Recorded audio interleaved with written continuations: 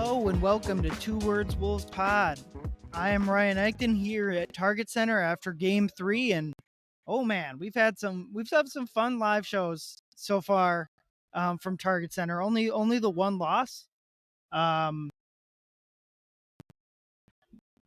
most of them, the Wolves are now 5-1 in the playoffs. So we've had five fun after shows. As I look down at the ESPN crew, we can see Michael Malone, Bob Myers, Kendrick Perkins. I think that's Stephen A. Just an insane game. Wolves win 143-101, a 42-point drubbing of the Oklahoma City Thunder. Got to imagine, by far the worst game the Thunder have played all year. I tweeted at halftime that was, I don't know if someone tweeted it, that was the worst half that they've played all year. You got it. I mean, it just has to be. There's no way that they've sorry. There's just no way that a team that like that has played that good. The big thing coming out of this game will be how much of it sticks. How much? I mean, we saw from games 1 and 2 that nothing from the games in Oklahoma City mattered tonight. So we'll see if the Wolves can carry it over and win 2 straight at their home building like OKC did, or if this is just like a 1-game blip on the radar for the Wolves. I do think that at the very least, the Wolves prove that they can beat this Thunder team. It's possible. It won't look like this every night. It probably won't look like this ever again. But the Wolves prove that they have a chance to win this series. Game 4 is gonna be a big one. It's a gigantic swing. If you're tied 2-2, you got a theoretically a 50-50 shot. Obviously the Wolves are underdogs, but you got a 50-50 shot to win the series. And if you go down 3-0 with 2 games left in Oklahoma City, that's going to be a tall task. So a gigantic, huge game 4 setting up. But just a fun game at Target Center. I always kind of try to take the mindset of enjoy the moments while they happen. We don't know how this series will go, but at the very least, you got to enjoy what tonight was. The first Western Conference Finals victory at Target Center in 21 years. 2-1. The first 2 games are disastrous, but if you told people that the Wolves would be down 2-1 after 3 games, you wouldn't like it, but you also wouldn't be all that surprised. The Wolves have outscored the Thunder in this series. Not sure if that means jack squat, but I think what was clearly premature was this was like a fluke run by the Wolves, that they weren't actually that good. I think they proved that clearly wrong. This is an outstanding Timberwolves team. We'll see if it's a championship team these last few games of the series, but what's clear to me is that while they didn't play well in games 1 and 2, this series isn't over. If the Thunder thought they were going to walk through the finals, the Wolves have a lot to say about that. They'll just a completely different vibe from the first games to this one. One thing I thought was kind of, I don't know if this would have mattered, but Thunder score the first 4 points of the game. They get the ball back, and Jalen Williams misses a wide open 3. If the Wolves go down 7-0, maybe the tenor of this game changes. Obviously, it feels dumb to point out one basket. But then Randall hits a layup, and Dort steps on the sideline and made the 3 that would have gone in if he was if his foot was an inch ahead of where it was.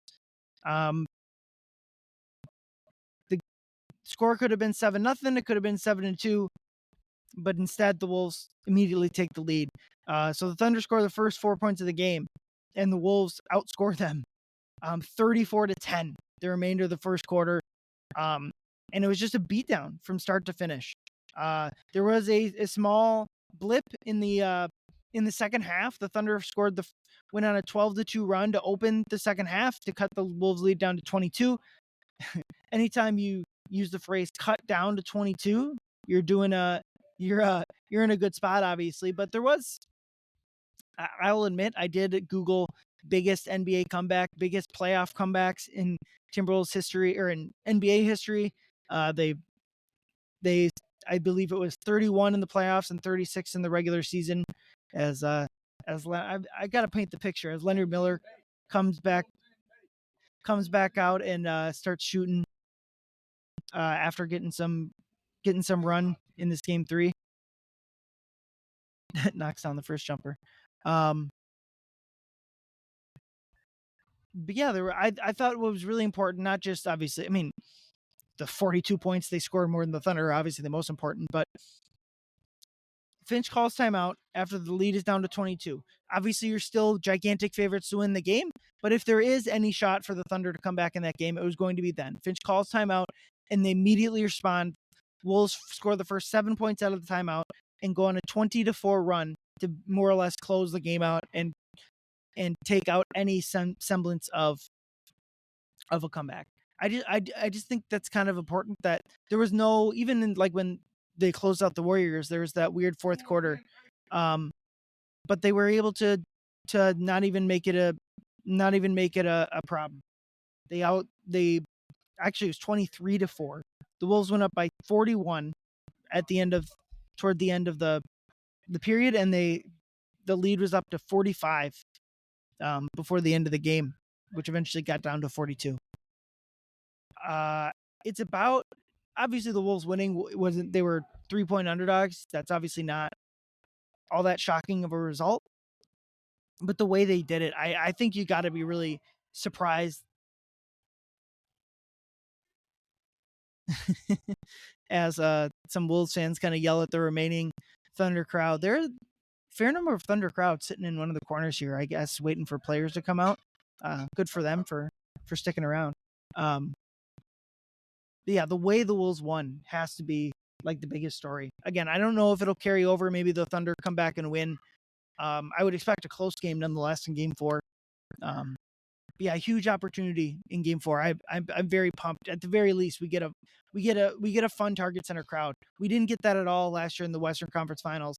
Obviously, the first 2 games were unbelievably close. The Wolves could or should have won both of those games. And then Game 5 looked like tonight, where the Mavericks took them and ended their season before the game even started, really. But yeah, fun night. Really fun night at Target Center. Crowd was fantastic. Andrew Carlson turned to me after the transition dunk from Ant early in the game and said that's the loudest Target Center's been all year. And I tend to agree that Target Center was ready. There was no like, woe is us, we're down 2-0. There was none of that. Target Center was ready.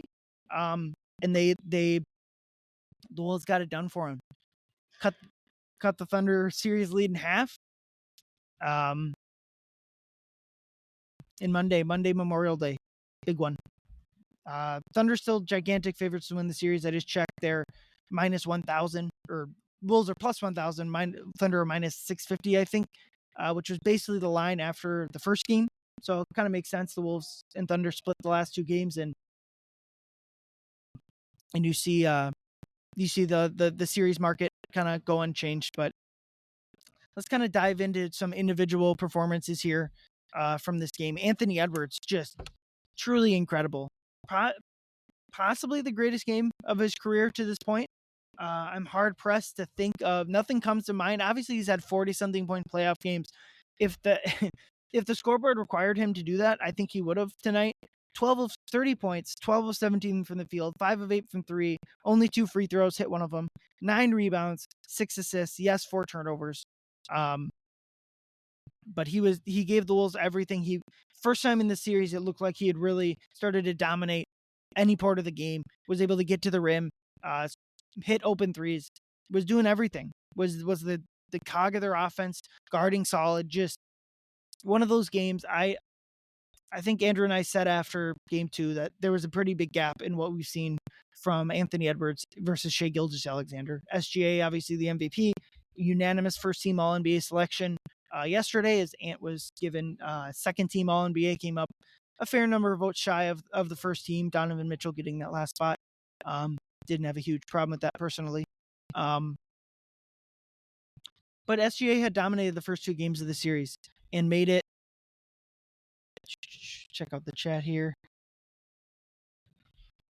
He made it just it was hard to imagine the Wolves being able to win this series if Shea was going to dominate the games like this. And what we saw tonight was an exact opposite, where Shea had probably his worst game of the season. I obviously don't follow the Thunder day in, day out, so I wouldn't have an idea of that. But they did a fantastic job on Shea. Obviously, he misses some shots that he probably makes most of the time, but only 14 points, 4 of 13. Obviously, everyone didn't play a full extension of minutes as the plug was pulled. The plug is pulled after the end of the third quarter. Leo in the chat, game ball goes to ESPN cameraman panning to Tim Connolly picking his earwax and considering if he should eat it, which he did not. I gotta say, in the building, obviously didn't see that live, so the awkward moment from Tim Connolly there. Thank you, Leo, for providing the providing that wonderful anecdote. I will say some interesting anecdotes for me. The Thunder owner was sitting behind us here in one of the suites, so that was kind of interesting that had the they were sitting right back there. Interesting that the Thunder ownership group kind of felt like, I'm sure wasn't noticing me at all, but felt like they're staring daggers at us the entire game. And then one suite over was the Kansas City Royals, who got walked off by the Twins both yesterday and on Friday. So that'll be fun if the Twins are able to sweep them tomorrow. They'll have witnessed 4 Minnesota sports victories in 3 days. I tweeted out that with 7:50 on the clock, the Kansas City Royals left the building, and I said that they're now mentally preparing to get swept by the Twins tomorrow. Yeah, it was kind of funny anecdote for me. I follow baseball pretty hard, and so I'm looking at the players over there, and I'm like, oh, that's a celebrity. How do I recognize that person? And I see another Royals player. How do I recognize that person? And I couldn't, without context, I couldn't put together that it was the Royals. And eventually I see Salvador Perez. I'm like, oh, hey, that's Salvador Perez. And then it clicks in my head, oh, it's the whole Royals team. So I was looking at Carlos Estevez, one of the relief pitchers, and then Mark Canha, one of their outfielders. And I finally put it together that the Royals, the Royals with the had the night off, got together tonight. So that's fun. But yeah, and I don't know, people in the chat if anyone can think of a better game Ant has played. I know he scored more points in a playoff game, but I truly think that was the best playoff game he's played. Yeah, Wolves defense did a just outstanding job the entire night. Really shut down everything, but the biggest one obviously is Shea, I said, with 14 points. Jalen Williams never got going, 13 points. Mitchell off the bench was tied for the leading scorer with 14 points. Obviously some garbage time there, but Thunder played their entire roster. That's fun. Let me count. Is that 15? 1, 2, 3, 4, 5, 6, 7, 8, 9, 10, 11, 12, 13, 14 guys played for the Thunder. I guess the Wolves played 13, everyone minus Joe Ingles. I'm sure Joe's fine with it, but it's just like, can we get Joe into a game? I don't know. But just a fun game. I let me go back to that for a second. I think it's important. I really do. I really think it's important to enjoy like victories like this, even if I'm excited about the Wolves potentially getting back in the series, but even if they don't, stuff like this is fun. Well, we didn't get this last year. We didn't get the Western Conference Finals game at home that they won. So Wolves fans, enjoy this tonight. Have fun. Go have a few a few soda pops. And we'll ratchet up the nerves again on Monday night. But for now, really fun. Wolves are 3 games away from the NBA Finals. They gotta win. What, 4? How many games left? Math is hard. They gotta win 3 of the next 4 still. But they had to win 4 out of the next 5 coming into the night, and they got that started with a win. Kind of going down the list. Julius Randle, 24 points, 9 to 15. Just, I mean, this is true of everyone on the roster, but just incredible shot making. I mean, it's just kind of what Andrew and I talked about after game 2. I mean, you just have to expect the shot making to turn around. And it did we'll see if we're hoping not for a boomerang kind of affecting game 4. But Julius Randle, let's see if I can filter how many of his points were in the paint. 1, 2, 3, 4. So just 4 of his 24 points were in the paint. I guess he has 4 free throws, so we can call it 8. But yeah, it was a lot of jump shots. It was a lot of threes from Julius, but after a really poor game in game 2 for Julius, he went right back to being the all-star caliber player, all NBA caliber player that the Wolves have needed from him in these playoffs. Rudy Gobert, really great defense. Obviously the offense is the thing that like the Wolves have needed more from him on.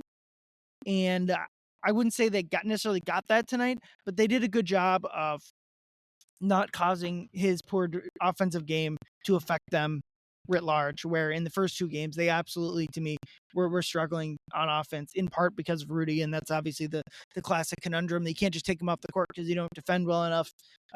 Don't need to go through that whole song and dance like we usually do, but Rudy, phenomenal defensively, as you expect. Just looking at the plus minuses, obviously you win by 40, whatever. Like, that's just how it goes. But Randall plus 38, Ant plus 36, Rudy 23, McDaniels 28, Conley 12. Just like an insane lines from everyone. Jaden McDaniels again. Defense was the story in this game. I thought, obviously, it was defense and shot making to me were the 2 biggest things. But it's honestly like, after a win like this, like, it just feels like you're just praising everything because everything went well. I thought every single player that stepped on the court tonight played well. Maybe Dante, I wouldn't say he played poorly, but it was the least factor. Only played 16 minutes. Obviously, again, part of that is he would have gotten an extra 6 if the game were close, but he hit both of his threes. Wolves hit 20 of their 43s. Obviously, if you'd have told us that coming into the game, you would have assumed a Timberwolves victory there. But finally in this series, the Wolves started to hit shots. And I think what we said coming into the game still applies, where it's not that the Wolves are just only missing wide open shots. The Thunder defense is playing a part in that. They are rushing shots. They're making shots more difficult. So it's not just looking at even the location adjusted metrics or whatever, what have you.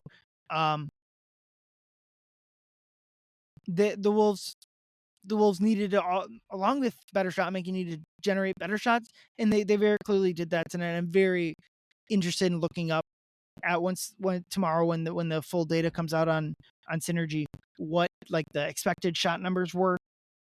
But the Wolves were getting open looks, consistently getting open looks. The Thunder defense was not nearly good enough. That's one thing. I'm sure that some parts of this game, I think obviously the Wolves figured stuff out and were able to do stuff that'll carry over. But that maybe accounts for the first 10 points of this win, and the next 30 were some combination of poor Thunder defense, poor Thunder offense, and outstanding shot making from the Wolves. Honestly, though, I'm sitting here, really cool scene. A lot of the Thunder fans that came out are here in the corner, and some of the players are now starting to file out for the Thunder and take pictures with the fans that have stuck around. That's pretty cool. Obviously, their team got shellacked tonight, and so now, yeah, I think that's Jalen Williams, the big Jalen Williams off the bench, who's there shaking hands, taking pictures. So cool stuff. I'm sure I know I'm as annoyed by them on the court as possible, but that's a cool scene that's kind of unfolding in the 126 section 126 corner of Target Center.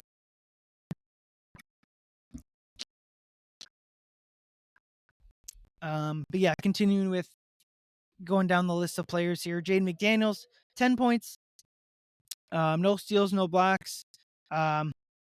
Wouldn't say he played bad, but the defense was obviously phenomenal on Shea. The biggest number for Jaden is always like fouls and rebounds. He had 5 fouls and 2 rebounds in game 2, and tonight he has 6 rebounds and 2 fouls.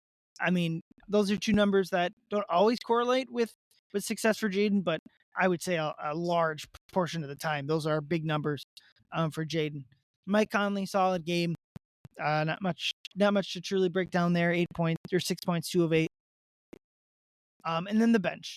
The bench to me finally showed up in this series. The Wolves, I don't know if they need to outperform the Thunder bench, the Wolves bench does, but they certainly have to make it much closer. I mean, to be honest, if from the first 2 games, it's like if SGA is going to outplay Ant and the Thunder bench. Oh, I'm sorry, I'm dumb. It's Chet. Chet is, I mean, it's both Chet. It's both Jalen Williams and Chet, but these are likely local Minnesotans that are sticking around, some of them. And so Chet has come out and said hello to his maybe they're Minnehaha people. So good for Chet there.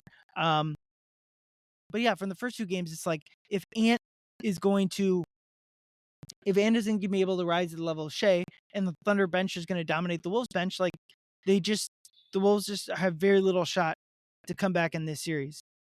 But the exact opposite happened. Ant had a better game than Shea. Ant had a better game than anyone. And the Wolves bench dominated the Thunder bench. Naz Reid 4 of 6, 2 of 3 from 3. Let me count this up. The Wolves bench from threes was 6 of 11.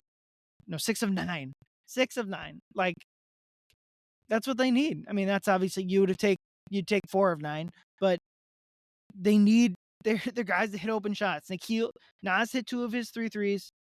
Nikhil hit 2 of 4, and Dante hit both of his threes. Just, I mean, it sounds so lame, but like shot making. Like, they don't need it to be this good all these games, but I mean, there's just way too many open looks that they missed. Didn't generate enough open looks as well, but yeah, I thought Naz Reid was great. 4 of 6 from the field, 10 points, 8 rebounds, 2 assists. Nikhil, I thought the defense on his cousin was sensational. 5 of 9, 12 points. And Dante, already kind of mentioned him, hit both of his threes for 6 points. And last but not least, and I feel a bit dumb for not bringing this up sooner, Terrence Shannon Jr. This is the Terrence Shannon Jr. game. Obviously, they're already up 20 once he enters the game. But in the second quarter, Terrence Shannon Jr. playing his first non-garbage time minutes of these playoffs of this series, I should say, comes in, immediately sparks a run again, scores 7 points, scores 1, 2, 3, 4, 5, 6, 7, 8, scores 9 points in his 4 minutes of play in the second quarter, hits a floating jump shot for an and one. That was just a crazy. I thought he had my thought process on that possession was, okay, they generated open 3. Thunder leave Shannon alone in his first possession. And instead of taking the 3, pumps, drives, draws a foul, and hits a bit of a circus shot for the and one. Next possession down, gets the ball. It's kind of same sort of action. Dribbles up into an open mid-range shot and knocks it down. And then what Terrence has done all season for the Wolves, and I'm excited to go back and listen to. I would assume he does some sort of media tonight. Pushing the ball in transition. The Wolves have been very poor in transition the entire season. They have not done well enough. They haven't done it enough pushing the ball, and they haven't done it efficiently enough. And against a set defense in the Thunder that's been outstanding the entire year, really a generational Thunder defense. Like, that just is so obvious to me as a place that you can generate easier offense. And the Terrence did it tonight, pushing the ball, gets a layup. Caruso is kind of down there, and he just makes an easy transition layup, as players do when they have a bunch of momentum and a defender's trying to backpedal. Draws another foul for 9 points, and then has scored 6 points in the fourth quarter. Kind of took garbage time minutes to get 15 points. Outstanding game from Shannon. Gotta wonder if they go back to him a little bit more as Johnny Krasinski enters the court without no suit jacket for John. If you see it, he had a beautiful blue suit on, but the suit jacket has eluded him here as he crosses midcourt. But yeah, just an outstanding game for the Timberwolves. Gonna kind of stall here to see if Andrew Carlson is able to join, or if we're gonna wrap up here.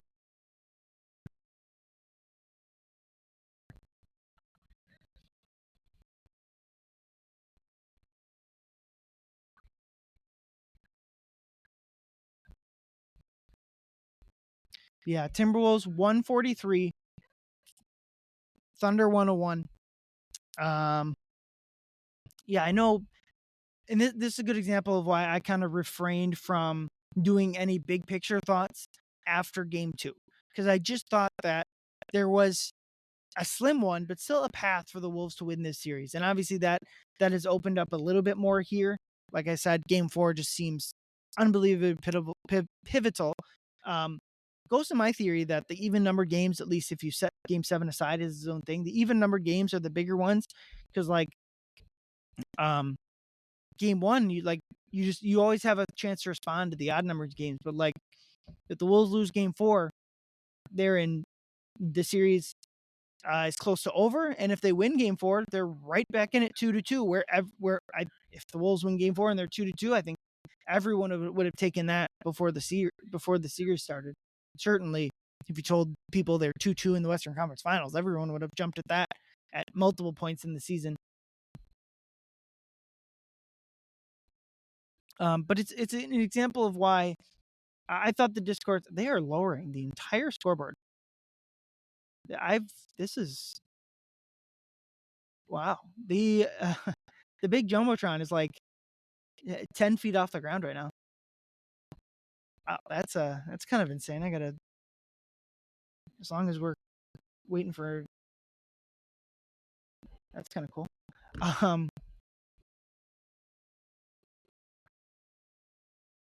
But yeah, it's why you don't overreact to any single game or even in any pair of games, because stuff like this can happen. And to the same point, like you don't want to overreact to this game tonight as well. But the Wolves have a chance. It looks like the Pacers are in a spot to make the NBA Finals. That's a team that obviously gave the Wolves a bunch of trouble in the regular season. Obi Toppin, the God, would be, but obviously we're not looking at that right now. The Wolves are still trying to climb out of an 0-2 hole. They're halfway there. Game 4 is going to be nuts here at Target Center.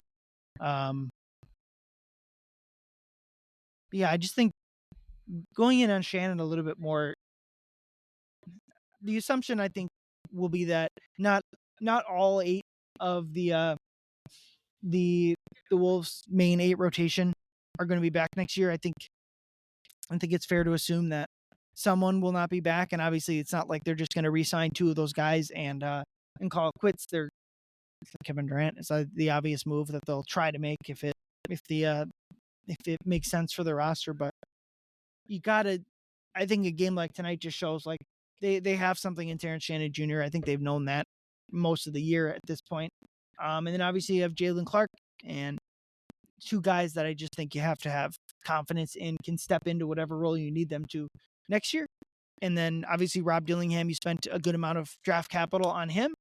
I don't think it's fair to judge him positively or negatively based on what's happened this season, but it's another guy that you'd think can step into a role. I just think, thinking back to the Cat trade, as he misses the game sealing free throw in game 1, he had an outstanding game that game. But regardless of what happens here, I do think the Wolves are very, very set up, as well as any team in this second apron era can be set up. Obviously, the other team that is just as well set up is the roster on the other side of the court here, and all their litany of draft picks. If you guys want to see McMahon and someone else on ESPN, if you find that shot, they got the scoreboard in their background. If you're checking out this low scoreboard, I've never seen. It's going back up. Funny stuff. I think the Wolves are just incredibly set up for success. Obviously, you got Ant and Jaden locked down for a long time. You have Dante on a nice contract. Obviously, this offseason, we will see what Nas, Julius, and Nikhil, what happens with them, and Mike and Rudy are 2 of the wild cards. I'm not sure how much you'll be able to expect Mike another year older. And then Rudy, we've seen the positive. We don't need to relitigate the Rudy of it all. I just think they're really set up, assuming that ownership is still willing to pay some sort of luxury tax. Obviously, obviously, like, there's a financial realities to it, and I think there's gonna be a lot of changes business wise. There's gonna be a lot of changes business wise with this organization as we wait for about 5 minutes for Andrew Carlson to join the live stream here. There's gonna be a lot of changes, probably business wise, with this organization in the next offseason. So we'll see what appetite they have for the second apron or for the luxury tax. But you have to imagine A-Rod and Laurie have every intention of spending the requisite amount to keep this team successful after 2 trips to the Western Conference Finals. I guess one note, the Wolves have never been swept in their franchise history. That continues through this playoff series. They get the win.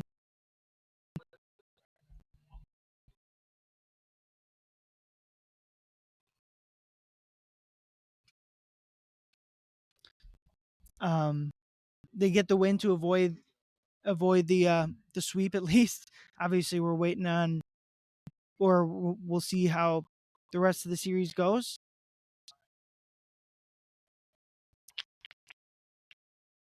Yeah, for now, I'm going to take a few minute break here. If you want to stick with us for this break, Andrew Carlson will come up after a quick break. Otherwise, you can check out the rest of the pod tomorrow morning in your podcast feed. So thank you everyone for listening. We'll be back in a few minutes. All right, welcome back to Two Words Wolves Pod. We will see if the podcasting platform lets me shut off a live stream and go back live. Otherwise, this will be a podcast only experience. We're experimenting. We're figuring it out. Andrew Carlson, how you doing? Name of the game, right? Good. I'm doing well. Joining you from a different area of the arena. I see you all the way up there at 116. I'm down here at the corner of the court. It's what we call efficiency, right? Get stuck a little bit in podium session. Goes a little bit longer than you expect. Here we are. We still made it, right? It's a good night for the Wolves. I mean, a lot of honestly. I wasn't in the podium. I had to grab my stuff from the podium session. I wasn't actually at the podium sessions. I went to the locker room. They had Ant and Mike talk in the locker room. And then obviously we had Finch at the podium. So good stuff. Good stuff from them. I think Ant was essentially he kept his tone of business as usual, and I think that's kind of where I'm at too. It's business as usual, man. We're back on another stream after game 3. Let's roll. Awesome. So were you there for TJ's podium session? I was not. I did not TJ, and I think who joined him at the podium? It was him and Nas. They did the podium for the first session, and then Julius at the podium for the second. Figured I wanted to stay and get Ant just because I didn't know that might be posted a little bit later, and also too, I just kind of wanted to see what he said because he came out really, really convincing in the first quarter. I mean, that was probably one of. I mean, he had. I would say this is one of his better playoff games, I would say, just by setting the tone, setting the energy for the rest of the team. I know he's had a couple 36-point game. He had a couple near triple doubles. But I said the best game of his career in the playoffs. I just think of his career. Wow, that's pretty bold. There's a lot of good ones. What's the alternative? Like, I mean, he had that 36-point game in Golden State just a week ago when they. Is it game 3? Was probably the best one, the closest one that Golden State could won. Anyone. I'm but that was the one that Golden State would have won.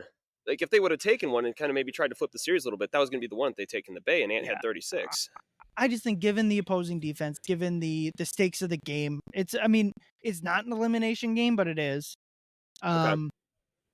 Yeah, I think it's. I mean, I'd have to really dig into it, but I mean, it's certainly one of. And if there is another game that's better, I would at least argue that we're picking hairs, right? Picking nits. Yeah, I mean, I hear you. I also think too. I mean, I'll give that to you because I think again, like you said, given the stakes of how much they needed this game and really how good the opponent was, and really how much momentum the opponent had, I can hear your argument for that. I mean, I disagree. I'm sure there's other Ant games that I would say are better, but it is certainly up there. I would not dispute that whatsoever. I mean, he was dominant, man. Like you could make an argument like second half when things really started to pull away, like he also kind of phased out a little bit. But I would make the argument Oh that my that god. I was mean, it didn't matter, but like the turnover he had to Rudy right at the beginning of the second quarter, I thought was like asinine as like a single play. And I mean, obviously it but doesn't that's matter, like but like that's like vintage Ant though, dude. Like it like was that's just just like like that. When do you and Rudy is sprinting up to set a screen for you? Why are you passing him the ball? It was just yeah. I get like I'm sure it was supposed to be a dribble handoff in his head, but like I don't know, it was bad. But it doesn't matter. Like um they were able to, I mean, they take the big 30-point lead. I think everyone was kind of feeling like there's no lead big enough, right? Mhm. Especially after the Thunder cut the lead to 22. But I do think it's important that the Wolves like immediately snuffed that out, went on a huge run, and the game was over before the Thunder could really get any traction again.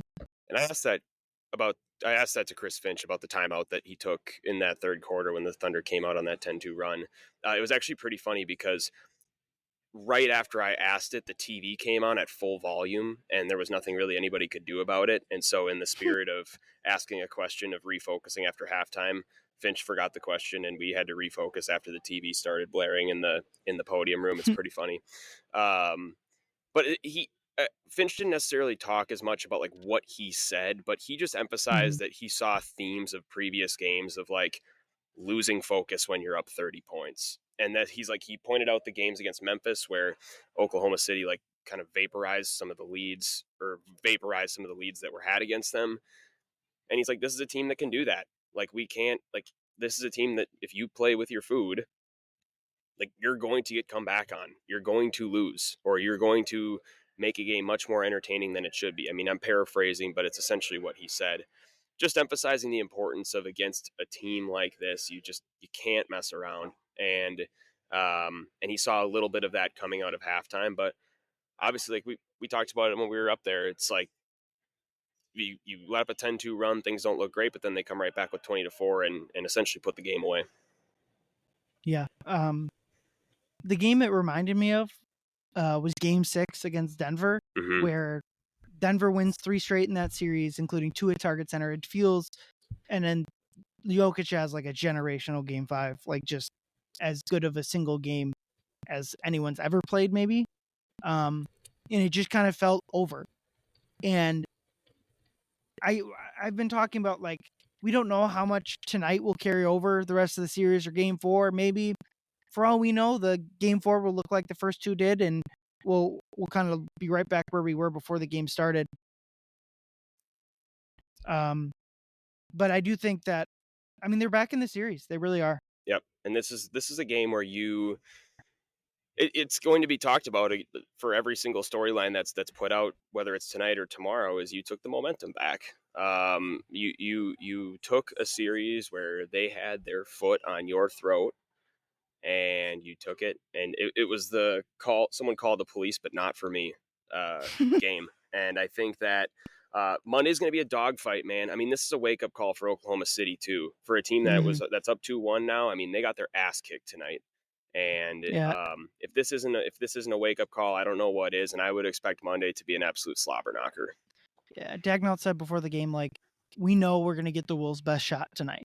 And they very clearly did. And I think that the Wolves are going to similarly get certainly a much better shot. I said, like, I think Game 4 will be close. Mm-hmm. I'd be surprised if either team pulls away. And I think there's a good chance that, like, whoever wins Game 4 is going to win this series. Obviously, maybe for the Wolves, that's less so true. If they win Game 4, they still got to go to OKC and win at least one game in the series. But sure, I mean, it's hard to imagine the Wolves losing on Monday and winning the series. And it's hard to imagine that we're not heading to at least a Game 7 if the Wolves do win on Monday. Going to be a fun Memorial Day game. Crowd's going to be hyped up. It's not a weekend, but it's not a weekday either. I'm excited. I think it's I said what I've said kind of this whole playoff run. It's like enjoy the moments while they happen. If the Wolves lose, we can get frustrated about that specific game or that specific series. But while the Wolves are still playing basketball, enjoy what they have. And at the very least, you got to enjoy tonight, and it provides another fun atmosphere. Because obviously, if they lose tonight, Monday would just be a funeral. I mean, they obviously easily they they won Game 4 last year after going down 3-0. But it's not a like, matter. It'd be a matter of not if, but when. If it I was mean, Sunday, if it was what Monday. are the examples of like baseball, basketball, hockey of coming down 3-0 in the playoff series? It's like the Red Sox, the Kings. I think maybe there's a couple hockey examples, but like Wouldn't happen in the series. It has not happened in NBA play. The closest one was a couple of years ago. Boston came back from down 3-0 just to lose Game 7 after Tatum rolled his ankle in the Game 7 game. But here's what I'd say going into Monday. I think there's a clear storyline, and it's Terrence Shannon Jr. And while I wasn't at his podium session, I did ask both Ant and Mike, in a series that Oklahoma City is clearly trying to take the paint away, loading up the paint with 3 or 4 guys, what does that give you? Like, what does Terrence, like, I'm going to say this, Terrence Shannon Jr. puts a level of pressure on the rim that only Anthony Edwards can on this team. And and frankly, I would even surmise that while Ant's more powerful, like Terrence kind of attacks it faster on a lot of occasions just because he's able to play in bursts. I mean, he plays 10, 12 minutes a game, so he's just giving everything he has every time he goes to the rim. But what does that do for you? And both of them said it's enormous. And Ant was very quick to say, like, it doesn't take any responsibility off my plate, but it certainly is really nice when he comes in. And he's a mature basketball player. Ant pointed out his age, that he's 24, 25. It's literally what he said. He didn't even know how old he was. Shannon's older than Ant, right? Yeah, he's older than Ant. I think he's 24. But Ant didn't know. Ant just knew he was older. But Ant said it was helpful. I mean, and Mike said that too. Like, and Mike was also quick to point out that Terrence and Ant play one-on-one together a lot. They're very similar players in how they play offense. Like, they just love to go to the rim and they like to get physical. And so, like, a lot's expected of Ant. And Mike talks about this a lot. Like, this isn't the first night that Mike's talked about it. Like, Mike talks about it all season, that a lot is expected of Anthony Edwards. Like, that's just the nature of this team. And so when you have guys that can come in and just take pieces away from what he is expected to do all the time over the course of 38 minutes in a game, granted tonight he played 29, but typically he plays about 35 minutes. Like, that's huge, man. And especially in a game where especially in a series where the other team is trying to take the paint away, and they are making it difficult for guys who can attack the rim. Having another guy with fresh legs that comes in and is able to get to the rim the way Terrence Shannon Jr. is, it's a game changer for this team. And that's what I would look at going into Monday. Just how many minutes is he going to get, and does he have the impact that he had tonight? Because I'd make if this series goes to 6 or 7 games or 7 games, and God forbid if maybe even the Wolves pull it out, this is the player that we're going to look at and say, this is what changed the series. Yeah, and for a team that hasn't gotten out in transition enough or well enough, Shannon's been fantastic with that all year. Yeah, we should start to wrap up here. I know your laptop is gonna die here at truly at any moment. But I'm at 5%, so we're running on E. But this is a 2015 laptop, Ryan. Like, a 5% for this is like a 2% in real laptop years. It's like dog years. Yeah. All right. Well, we can wrap it up there. Andrew and I will be back after Game 4, hoping the Wolves tie it up at 2-2. Thank you, everyone, for listening. Go Wolves. Hey, you.